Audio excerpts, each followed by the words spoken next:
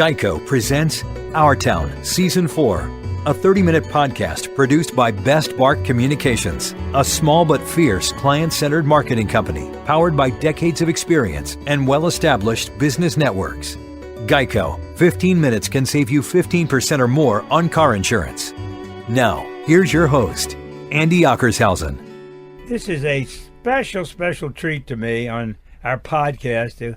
A man, and I know that's a cliche, and I'm going to say it anyway. He needs no introduction, but he likes it. So I'm going to introduce you to a wonderful, great broadcaster, Smokin' Al Koken. Oh, so we're using my biblical name then? Is that what we're doing? Who came up with the smoking? It was given to me, and I wear it with a true badge of honor by the late, great Glenn Brenner.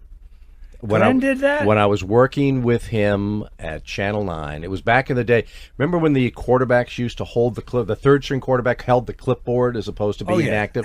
So Glenn called me the clipboard guy. So if he was on vacation, Ken Meese would go Monday through Friday, and I'd fill in for Ken Meese. So I was kind of their third guy. And back in the day when the Redskins were on CBS as opposed to Fox, after Redskin home games, they would do a Redskin post-game show with Glenn in the studio, and I would be down at RFK Stadium interviewing players. And during one of the broadcasts, we come back from commercial. They're going to come down to me, and I'm going to interview a player.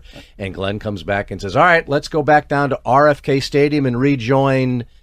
And he paused. I'm thinking, did he forget my name? He goes, Smokin' Al Koken. I kind of laughed. The first time you heard it? Yeah, of course, the next day, because it was given by Glenn Brenner, people, hey, Smokin' Al Koken, Smokin' Al Koken. So that's how it stuck, but because it was given to me by somebody who I respect and love so much. Everybody, everybody loves Glenn. Yeah, I treat that like a real badge of honor. Well, one of the things that this is all for you, Koken, but it's important. One of the things Janice and I would really look forward to, because they were friends, was their Redskins show on Saturday night. They taped it on Thursday, but John Riggins and Sonny, of course, and George. Before that, it was Glenn. It was all those guys. It was about fun. It was a fun show. The stuff I'm watching now, not fun. Right, and directed by our great friend Ernie Bauer, and produced by Ernie Bauer. And he was a guy who always made sure that the best of what Glenn did, which was off the cuff, ad-libbing, as you said, having fun, that had to shine through. You couldn't sit there with John Riggins and Sonny Jurgens and ask serious questions, right? And get people to watch for 30 minutes. You had to have fun with it. And the more off script they went, the better the show. You were right, and that doesn't happen anymore. But Al, you are a Missourian. You're not from Missouri, right? But you got to be shown. St. Louis, I remember you were trying to get you on the phone and said, don't call him during the World Series. He's in St. Louis. That was the first time I knew you were connected by a lot of things to St. Louis. Grew up in St. Louis, and obviously was a huge St. Louis baseball Cardinal fan, football fan, St. Louis Blues. That's where I really fell in love with hockey, seeing the St. Louis Blues for the first years of expansion. They came in 1967, and I remember my uncle had some season tickets and going down and seeing the games and just mesmerized. I tell everybody. You lived in the city? Lived just on the edge. It's called University City. In fact, I'll give you a very quick story about University City. Everything from the movie Back to the Future was based on University City. It was co-written by a guy by the name of Bob Gale, who was good friends with Robert Zemeckis, who directed it. And Bob Gale and I went to the same school. He was a year ahead of me. And if you remember, the University City, as you're coming in from St. Louis, as you enter University City, there are these two giant lions on the statue. And that was what you saw where Marty McFly grew up. There was also a school disciplinarian at Brittany Junior High School named Mr. Burkhead, who would always use the line, son, let me give you a nickel's worth of free advice. And that made the movie. So there were so many different University City restaurants. Movie theater? That movie theater made the movie. That's right. Yep. The Varsity and the Tivoli were in there too. So a lot of references that Bob Gale snuck in there about University your hometown. City. So that's where I grew up, and obviously you had to be listening. I wonder why I look at your resume. I don't see KMOX on it. That was way out of my league. I mean, you think about the people that Bob Hyland, your contemporary, you were the Bob Hyland of Washington, D.C., and Bob Hyland, being in St. Louis, ran St. Louis. We talked about him the other day. We just talking to Dick Wiley. We got a fine from the FCC, and the first phone call I got was from Bob Hyland, who said, "Don't pay the fine. They have no right to tell you how long you're." I said, "Bob, everything you're saying is right." They tried to tell us we couldn't run a commercial for 2 minutes. Right. And they fined us $5,000. We never paid the fine. So But Bob Dick Wiley was chairman of the FCC. Well, Bob Hyland, for people who don't know, ran KMOX Radio, which is a 50,000 watt clear channel station out there, and they were so powerful that was the broadcast partner for the St. Louis Cardinals, and why the Cardinals were really the Midwest team. If you go to Mid-America, yeah. If you go to a Cardinal game on the weekend, you look at the parking lot. Indiana license plates, Arkansas license plate, Nebraska license plates. This was before there was syndication, before you had affiliates. They could just boom into these small towns all across the Midwest. Everybody in the Midwest was a Cardinal fan. And then Milwaukee sneaked in there, and then some Cubbies came in. But nobody had the talent that they had on KMX. Which proves the baseball team was great. But remember, Harry Carey started with St. Louis, moved to Chicago. Costas now, but he always wants to be a radio guy, doesn't he? Right. He loves doing radio baseball. Oh, I know that. Jack Buck. Oh, yeah. Joe Buck. I mean, when I was growing up, talk about being spoiled, my baseball play-by-play voices were Harry Carey and Jack Buck. Jack Buck. I put it on my list to ask you about. We went to an NAB meeting, and he got an award posthumously, and we sat at the table with his wife and a couple of daughters and Joe Buck, and he went up on stage. But he was involved with so many things. Jack Buck was. Great broadcaster. And again, you know this better than anybody. The magic of radio, people don't really appreciate it. And I learned this lesson very early listening to Harry Carey and Jack Buck do baseball. And I remember as a kid taking a transistor radio to the ballpark and listening to the game. And I remember Harry, who was, very hyperbolic about everything. And I remember seeing kind of a routine fly ball as I'm watching this in the ballpark, and Harry going, "There's a deep drive, way back, flood to the warning track, makes the catch," and I'm watching it in front of me, going, "Pop fly." That was just a routine fly ball. But then remembering sitting with an Uncle Eddie who was confined to a wheelchair, who never missed a Cardinal broadcast on radio. He's not doing the broadcast for little me sitting there with my transistor radio in the ballpark. He's doing it for Uncle Eddie, who's getting a visual of this in his mind, and the more exciting you made it, the better, and that was the beauty of a guy like Harry Carey. And everybody in the Midwest was listening to the St. Louis Cardinals. Enthralled at everything, he said. And everything. Did you grow up with Yogi Berra? No, St. Louis? Stan Musial. What was the other guy? Garagiola. Joe Garagiola was a St. Louis guy. They lived in the city, right? The Hill, the St. Louis, South St. Louis, called the Hill. A great little. If you ever need great home cooked type of Italian food, get into St. Louis and go to the Hill. Better than Baltimore. Little Mama and the Pop spots, just like very similar to Little Italy in Baltimore. Very similar. Well, Al, you've been involved in so many things, and I know I see your resume, and we look at it and talk about it and so forth. But you got connected. Did you come here to work for Comcast? Then it was not Comcast; it was Home Team Sports. Home Team Sports. Or did you just happen to fall into that? Why did you come to Washington from? A lot of people want you to go back now. I don't. Yeah. I want you to stay. Statute of limitations hopefully have run out on a lot of this. I came to American University in 1970. Oh, did And you? I was going to I did major in government political science with the intention to go on to law school. And I chose American for a number of reasons. One, it was a very good school. It's gotten a lot better since I left. No accident to that. But that's true of everything. Yeah, everything. But as a Catholic student, if you went to Georgetown, you had to take 20 hours of religion, and I wasn't going to do that. I didn't like the urban campus of George Washington. I liked kind of the upper Northwest campus of American University. So I went to American University and really loved the area. But the thing that honestly changed everything was a good friend of mine we both played on the golf team, which at American University, if you had your clubs and you wanted to play golf, you could be on the golf team. So let's not get carried away about, you were on a golf team, right? There was no scholarships given. But Andy Horvitz was a year ahead of me. He was the best golfer on the team. He also happened to be the sports editor of the Eagle, a student newspaper. And one day he said, "Would you mind just writing some of the golf team stories? Because I'm kind of, to be honest, tired of writing about it myself." So I said, sure. So I just did it for fun. I imitated Dan Jenkins in sports. I had no idea what I was doing. The next year, Andy graduates. The next year, the new sports editor comes and says, would you like to still write for the paper? I said, yeah, sure. I had fun doing it. So he says, here's your first assignment. There's a parachuting club that has started on campus, and we want you to go out and jump and do a story about it. So I said, okay. I said, I'll do it if you pay for it, knowing that they had no money. Well, he goes, talks to the people that were really running this, the company that was really doing the actual heavy lifting. And they said, yeah, it'll be good free publicity. So he called my bluff. So I went out and jumped and did this long 2-part story about it. It was kind of a harrowing landing, which, I won't get into. But this long 2-part story. There was a journalism professor. They used to bring in either professors or people from the Washington Post or to critique the paper. So this journalism professor on this Friday is critiquing the paper, the second of my 2-part story, and then he's ripping the paper to shreds, this and that. And I'm thinking, oh, my God, wait till he gets to this.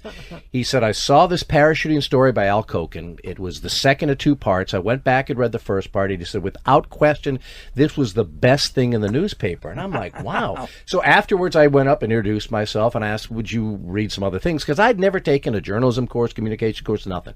He read some of the other stuff that I'd written. And, of course, he justifiably ripped it to shreds. But the one thing he said was, you seem to have a knack for finding the story and telling the story.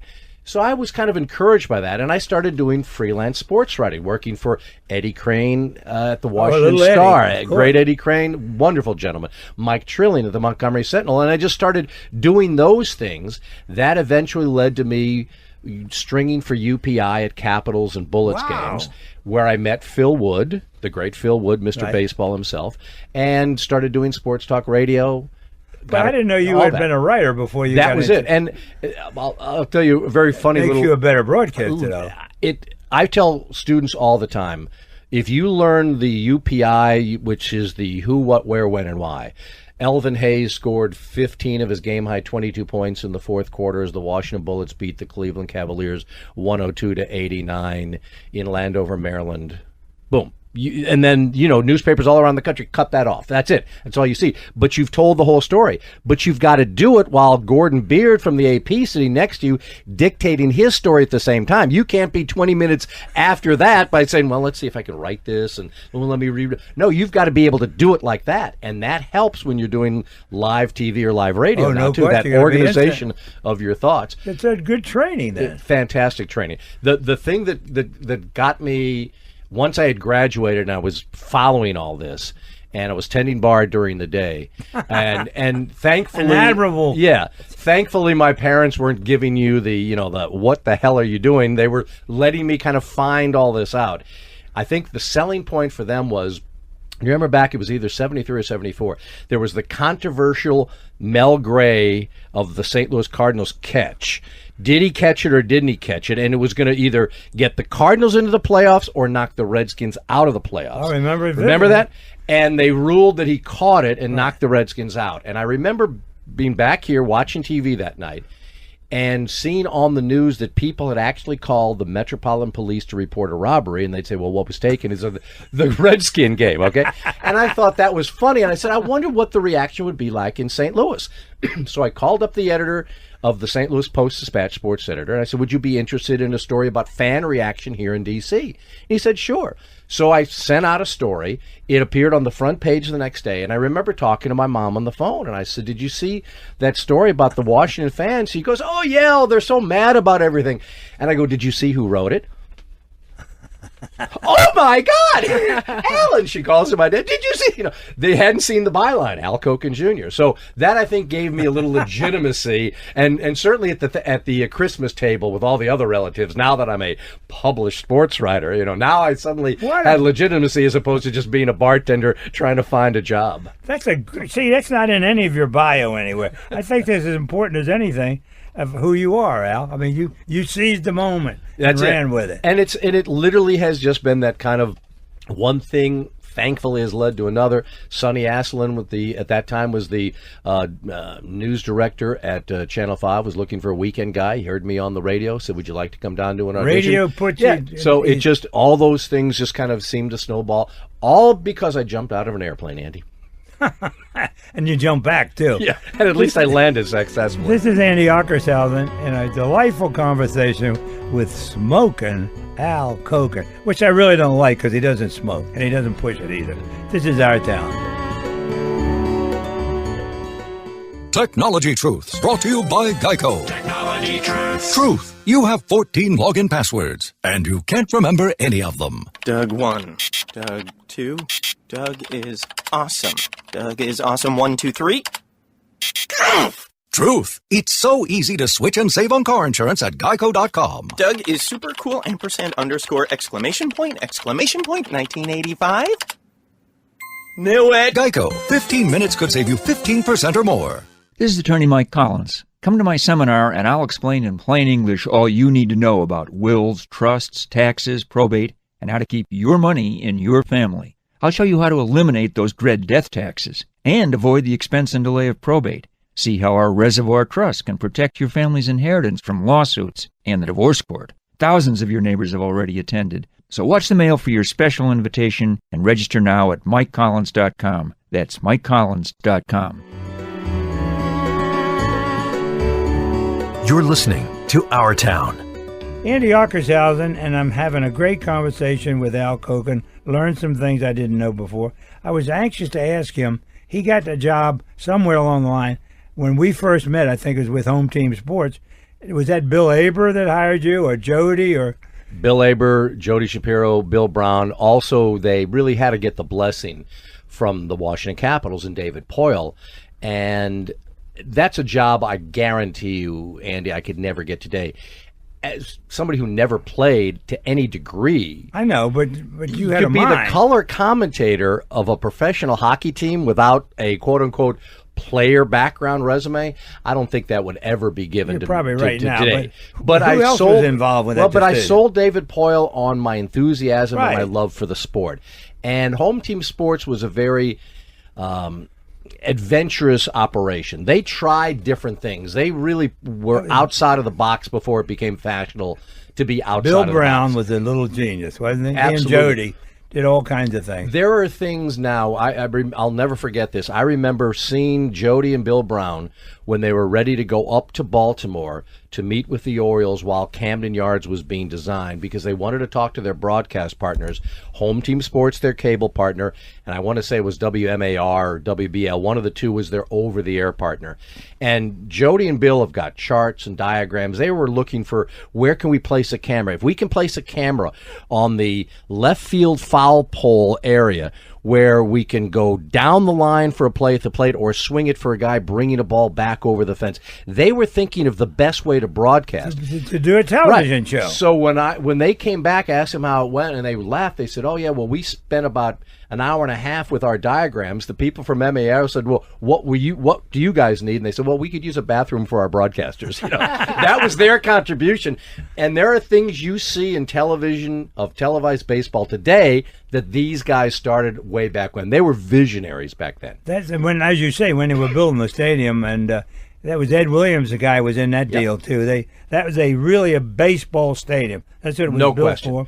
They even had the breweries coming in and put the lines in for the beer. Right. Did you know that? Yeah, but then having that warehouse as a backdrop, the wasn't that visuals of it, and the people at Home Team Sports knew it. They knew how good that would look on TV if we position our cameras correctly, and they were thinking way ahead of the game.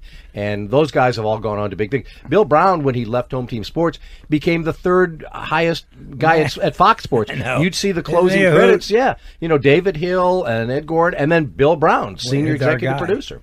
Well, we just think so much of Home Team Sports, Al, and you were fortunate to work there. I was fortunate to be a part of it. That name was magic because it was. And then we get all these glamorous names. They've had so many names now. Right. I don't know what the hell it is. But in all your years, you also were doing radio at the time. Yes. And freelance. Why didn't you ever get a grasp on a permanent job? You know, one of the things... Because you were doing freelance everywhere. And it's interesting because I've thought about that a lot. One of the things that has always intrigued me, and I've always wondered, my father was a freelance commercial artist. He worked for himself, never worked for a company. So, for example, we never had like family vacations where here's our 2 weeks and we're going to go do this. But he always found time with the 4 kids to say, here's our day to go fishing. I'm taking you, Mary. And everybody else, so he did everything sort of as like kind of a day-to-day sort of existence. I've always kind of followed in that vein. And one of the things I've always at least taken, if I ever take a little pride on what I've been able to accomplish, is I think of myself as a great utility player. Do you need me at second base? I can play second base. Do you need me in the outfield? If you have an inning of catching, I can catch for you. I feel like that versatility. If you can write, if you can do radio, if you can do TV, if you can host, if you can be an analyst, if you can do all those things, there seems to be a need for that at some point, as opposed to only being typecast and put in this box. He can only do this. He's only a news anchor. Don't let him go in the field and do a live report. He can only sit behind the desk and read. I've always tried to be exactly the opposite. You're a true freelance. True freelancer, really but try to be as versatile as possible to fill as many roles. Well, I know in all these years you've had a lot of job offers. So that says to me what you've done is very fulfilling to you. It's made you a better broadcaster. No question about it. With all these different things you do. And I've always also appreciated the fact that no week is ever the same. I'm never in the same place at the same time, at the same day, and the same route to work. I love the fact that I've had that independence, and I think it's kept me fresh, because I think if it was ever one of those things, I had opportunities when Channel 5 came to me one day. I had been working as what was called an after union, a freelancer and a part-timer. But the union contract said anything more than 25 hours a week, I had to get time and a half. So during the football season, working with Bernie Smilovitz, Bernie was the Monday through Friday guy. Right. I did the weekends. But during the football season, somebody had to go out to Redskin Park. So I would always be making a lot more than just the 25 hours a week. They came to me one day and said, we got great news. We're going to establish a full-time number 2 sportscaster. I said, great, and we'd like you to be it. Sensational. And here's the pay. I'm like, that's less than I'm making now as a part-timer. Yes, but you'll be full-time. But it's less than I'm making as a part-timer. And they never could understand why I said no, because then you are at their beck and call. If they need you at 6 in the morning to interview people outside of Metro, if they need you at 10 o'clock at night, you're at their beck and call, right? And you have no way to say, well, now pay me for doing this. And that was a scary moment, because I'll be honest with you, that was something I really wanted to pursue. And that's when... It's tough to turn it down, right. But look at the alternative, Al. And then, luckily, about 3 or 4 months later, after getting unemployment, that's when my opportunity with the Capitals and Home Team Sports popped up. And that has changed everything. Changed your life. Well, this is a great conversation with Al. And we learned the reason we do this show. I heard things from you tonight I have never, ever dreamed of. And not tonight, whenever they hear this. But that's great, Al. Most people don't know those things. And I think our town is helping, and it is our town, Al. Yes, it's your town now. Absolutely. And this is Andy Ockershausen with Al Koken.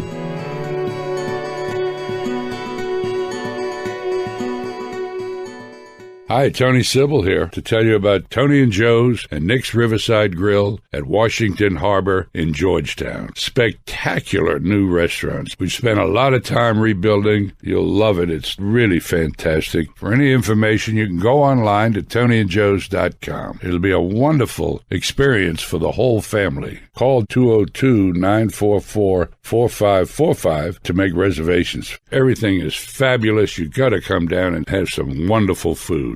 Hi, I'm Charles Mann. For athletes like me, playing every down in a pro game is like getting in a car accident. After years of playing football in Washington, my body is broken. I've had countless surgeries and joint replacements. I've been looking for a non-surgical treatment since I ended my career. I heard a radio ad for a seminar about alternative treatment. It's called regenerative medicine, which stimulates your own body to heal and repair itself. No surgery, no more pain. That got my attention. I went to the seminar to learn firsthand all about it. Now you too can benefit and receive this treatment. This is the same procedure that pro athletes use to quickly and effectively recover from injury. If you're looking to eliminate your pain and arthritis, or if you thought surgery was your only option, take the first step like I did. Call 410-787-7250. Register for the next seminar and learn more about this breakthrough procedure. Seating is limited. Register now by calling 410-787-7250 and start living life again. You're listening to Our Town with Andy Ockershausen. Brought to you by Best Bark Communications. This is Andy Ockershausen, and we're talking to Al Koken in a podcast of which I didn't know what it was until Janice told me. But you had a great radio career at the Team or at Weem or whatever it was. There was a Weem. There was a Weem. But all those years on the air, was that a steady job, or were you getting paid by the show or by the company? That was more by the company, and one of the highlights of my not only radio career, but one of the highlights of my life was the 10-plus years I got to spend working with John Thompson. I can't tell you, how much I learned, how he built that Georgetown program, what he endured, how they got to from nothing to the top. The stories I heard and the people I got to meet through John was truly amazing. And I'm so happy to be able to call John a friend. Once you're in John's inner circle, right, there's no question that you're in his inner circle. He'll do anything for you. And if you're out, you're out. Yeah, and his loyalty and his friendship meant so much to me working on the show. And I had such a great time with Doc Walker, who I know has been a guest on Our Town before. But John, Doc, and I had so much fun for 10 years. Yeah, I listened and I learned a lot, as you say. Yeah. John had a multitude of friends, of course. That name was magic. We did a lot of work with him with the Police Boys and Girls Club. So I remember him so vividly, and he's been. But Al, you were with the golden years of John Thompson in a lot of ways. Remember, you all would cover the golf tournament and so forth. John would show up, right? And it was all those. We'd have a great time. So good. But his reach. One of the things I learned was his reach was so far beyond sports. Early on in the show that we were trying to put together, he wasn't really sure. Did we want to do purely a sports show, or sort of more like what Tony Kornheiser was doing, which was a little bit of pop culture and news and things like that. So one day he was kind of talking, so guys, what's kind of been going on in the world today? And this was back, remember when the two U.S. pilots were shot down over Kosovo, and Jesse Jackson went and got them and brought them back? He goes, Jesse Jackson did that?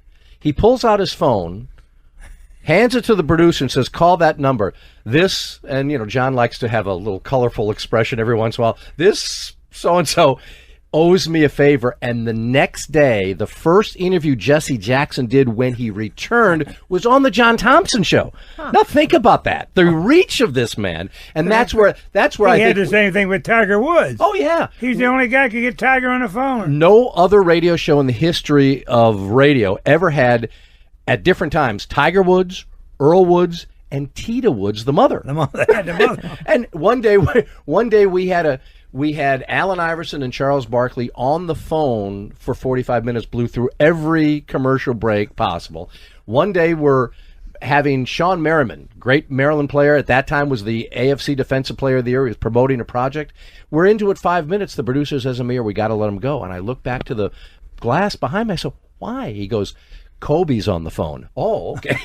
His depth, his power. That show had more great guests. Why did it stop? Why did it end? I still don't know. I think it was up to the radio folks, and they probably didn't want to pay the money. But that didn't make sense because it had to make them money. Right. If they sold it properly. Therein lies the problem. Did John get tired of doing it? No. I think it was more about the bottom line on everything. Let's be honest. We know what the radio business has become. Absolutely. Everybody is consolidated. Everybody's been gobbled up. And sometimes what is great quality doesn't seem to be able to transfer over because nobody knows how to sell it. I always used to complain all the time to people, say, this show costs too much. I'd say, well, every day this man runs a song that says it's 5 o'clock somewhere where he's going to pop a top again. Right. You don't think a beer company would want to sponsor that? He talks about putting his toes up and eating a sausage sandwich. You don't think Johnsonville would like to? He said, if you have a sales staff that could sell this, it wouldn't be that expensive. But they didn't seem to be able to connect the two. It doesn't make sense to me. I mean, he had the Mercedes deal. I know that. Yes. Remember, he had a Mercedes deal. And I know who did the spot for him, and they were great shows. His interrogation and question of the Greaseman was the best thing I'd ever heard anybody. Were you alive when that happened? Yeah, well, it was like 2 weeks into the show, and Rock Newman brings the Greaseman in, thinking the previous day he'd done the entire lap, right? And thinks, okay, well, we're out of it. And John went at it in a completely different way. He says, I'm new here. He says, I've told everybody that I speak 2 languages fluently, English and profanity. So the guy behind the glass has his finger on a button in case I speak my second language. How come that guy behind the glass didn't stop you? And the Greaseman was like taken aback. He didn't know what. And John, again, for somebody who was just starting to do radio, did a masterful interview/interrogation that wasn't the outrage that people thought. It was just basically dissecting the business and why would you respond in this way and that. It was brilliant, and that was the genius of John Thompson. That helped the Greaseman too amazingly well. Yeah, but this day he thought he was off the hook when he came in. He didn't let him off. It was not off the hook with John Thompson. Well, you've had so much experience, Al, and now translate into your career, which I call it. You finally landed in a great position with, to me, a full-time job with hockey.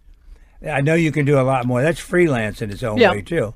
But this will be year 34. It was a great year, and you lived through the bad years, and I'm so happy for our town that we got a winner. You grabbed it, because the thing, everybody says, what was the coolest thing about it? I said, when you watch the celebrations on F Street, and we were there broadcasting live from every game. Oh, I know that. It was great. This was Washington, D.C. This wasn't just, oh, look at all the hockey fans having a good time.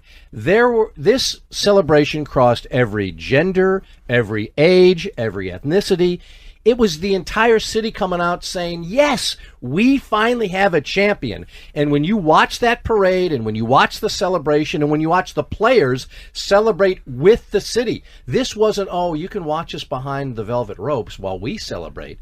They took the cup out to the public. They went out and shared it with everybody. They understood. It was everybody's trophy. They understood what it meant to the town, and because of that, it was truly an our town celebration. Well, and Al, the great part for you is you lived a long time with the bad days and the miserable days and almost good days, and then there's this change and that change. You lived through it all, and so what a history you have. You can talk. You about remember anything. the Save the Caps campaign? Oh God! When Abe Poland literally had a telethon with George Michael leading the way just to get 7,500 season tickets. Tickets. I remember vividly. You were part of it. He came down and talked to us at the Board of Trade. Said we want to have this team. We need help, and he wanted to get people. I'll never forget. Joe Olbritton said, "I'll give you a big contribution, but I ain't going to the game." Right, exactly. Abe said, "Good. We'll just take the money." And we had to beg for money. But don't you also think, Andy, that this town could never repay Abe Poland for what he did by building that building? Isn't that incredible? It changed the entire structure of downtown. We sat Irene Poland right here and talked about that. You know, she lived through that with him, of course. He stuck his neck out. You know that, don't you? Absolutely. And I can remember, how close he was with Wes Unseld. And I also, for a long time, it's his son. Did Bullet sidelines as well. And I got to know Wes. And I remember one day, Wes was a big guy, and later on in life had difficulty getting around. Oh, I know. He was. And I remember crippled. seeing Wes one day walking worse than normal. And I said, "What happened?" He goes, he said, "I had to sit in one of those neighborhood committee meetings the other night." This was as they were planning to get the building built. For 3 hours as they debated the fate of a tree. He says, "I kept trying to remind everybody what this is going to do to the city, the tax base, the jobs, what's going to go around."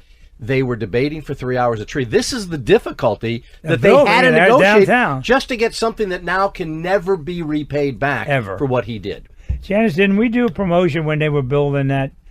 When they were building, we did the Hardin Weaver. We went down and did a big bit with the team when it was a dirty parking lot and everything. A groundbreaking.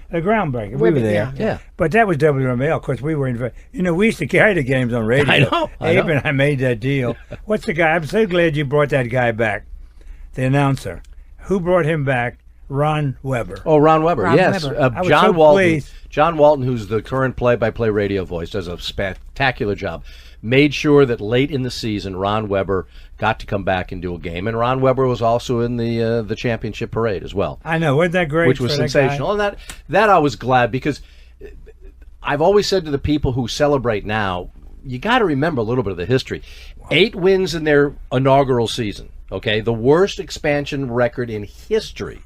Then the Save the Caps campaign. So you had all of these struggles. Then the disappointments to losing not one, but 4 overtime playoff games. How do you lose 2 4 overtime? When you get to the second overtime, it's basically flip a coin. Something goofy's going to happen, right? 2 4 overtime games.